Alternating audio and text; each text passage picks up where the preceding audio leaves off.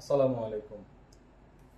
আজকে আমরা শিখব কিভাবে এইচএসসি আইসিটির যে সংখ্যা পদ্ধতি আছে সেখানে আমরা এর আগে ক্লাসে দেখছিলাম যে ডেসিমেল থেকে বাইনারি সংখ্যায় পরিবর্তন।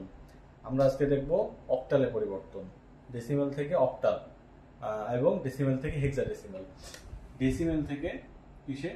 অক্টালে, আর ডেসিমেল থেকে হেক্সাডেসিমেলে। তো অক্টালের এখানে অক্টালের হচ্ছে ডিজিট কয়টা থাকে, অক্টালের বিট কয়টা থাকে? 3টা বিট থাকে, তাই না অক্টাল সংখ্যায়? তো সেটা আমার এখন গুরুত্বপূর্ণ না, কিন্তু এটা মনে রাখতে হবে যে অক্টালে সংখ্যা আমার হয় হচ্ছে 0 থেকে 7 পর্যন্ত। আর হেক্সাডেসিমেলের ক্ষেত্রে বাইনারিতে যেমন কি ছিল, বাইনারিতে হচ্ছে আমার সংখ্যা ছিল হচ্ছে শুধুমাত্র 0 আর 1, দুইটা সংখ্যা ছিল। অক্টালে হচ্ছে 0 থেকে 7 পর্যন্ত কাউন্ট হয়, আর হেক্সাডেসিমেলে কাউন্ট হয় হচ্ছে 0 থেকে 15 পর্যন্ত। কিন্তু এখানে কথা আছে, এখানে 10 থেকে 15 পর্যন্ত এটাকে ওরা 10, 11, 12 এরকম ভাবে কাউন্ট করে না, এটাকে A B C D E F এইগুলো অনুযায়ী কাউন্ট করে। তো আমরা এখন একটা দেখি যে একটা ডেসিমেল থেকে একটা সংখ্যা পদ্ধতি অক্টালে কিভাবে পরিবর্তন হয়। তো আমরা যদি এখানে একটা সংখ্যা নিই, তোমাদের বইতে আছে যেমন হচ্ছে 257.32, এটা একটা ডেসিমেল সংখ্যা পদ্ধতি। এটাকে আমরা যদি পরিবর্তন করতে চাই অক্টালে, তাহলে কি করব? আমি বলছিলাম যে যখন অক্টালে হবে যখন, তাহলে আমরা এটা নিয়ে কাজ করব যে 257 এটাকে আমরা ভাগ করব, কিন্তু কত দিয়ে ভাগ করব?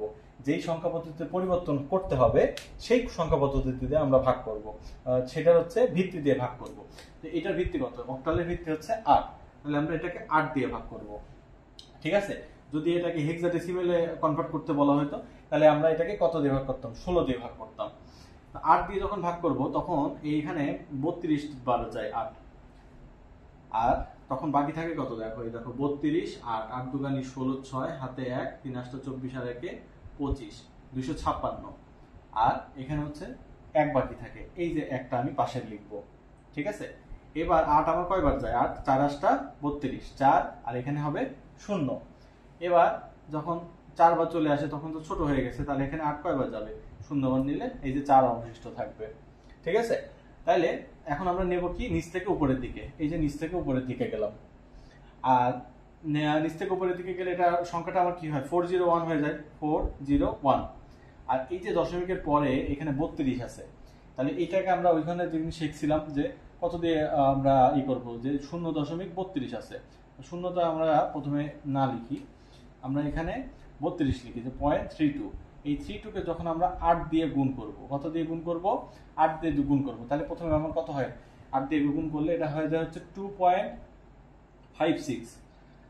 আমরা 2 কাউন্ট করব, আর এখানে 0.56 যখন হয়ে যাচ্ছে 0.56 কে আবার 8 দিয়ে গুণ করব। এই যে 8 দিয়ে গুণ করলাম, 8 দিয়ে গুণ করলে সেটা কি হয়ে যায়? 4.48 হয়, 4.48 এটা হয়। আমরা কিন্তু এই 48 কে আবার গুণ করব, নট 4। তাহলে 48 কে আবার আমরা 8 দিয়ে গুণ করব।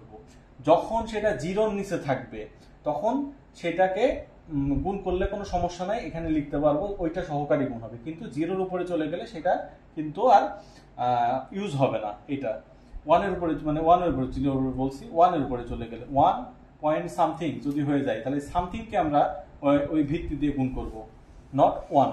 ঠিক আছে, আচ্ছা, তাহলে এখানে 4.48, এবার 0.8 কে যখন 8 দিয়ে গুণ করবো তখন হবে 6.72। তাহলে আমরা দেখতে পাচ্ছি এটা আস্তে আস্তে বাড়তেছে।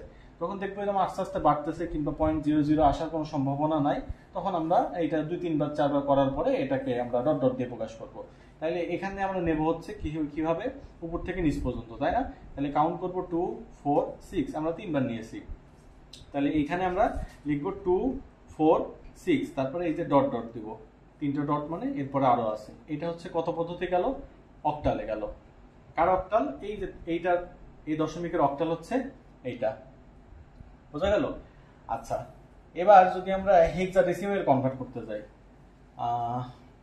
এবার তো এভাবে হবে না, আমরা পরের ভিডিওতে আবার হেক্সাডেসিমেলে কনভার্ট করাটা দেখবো।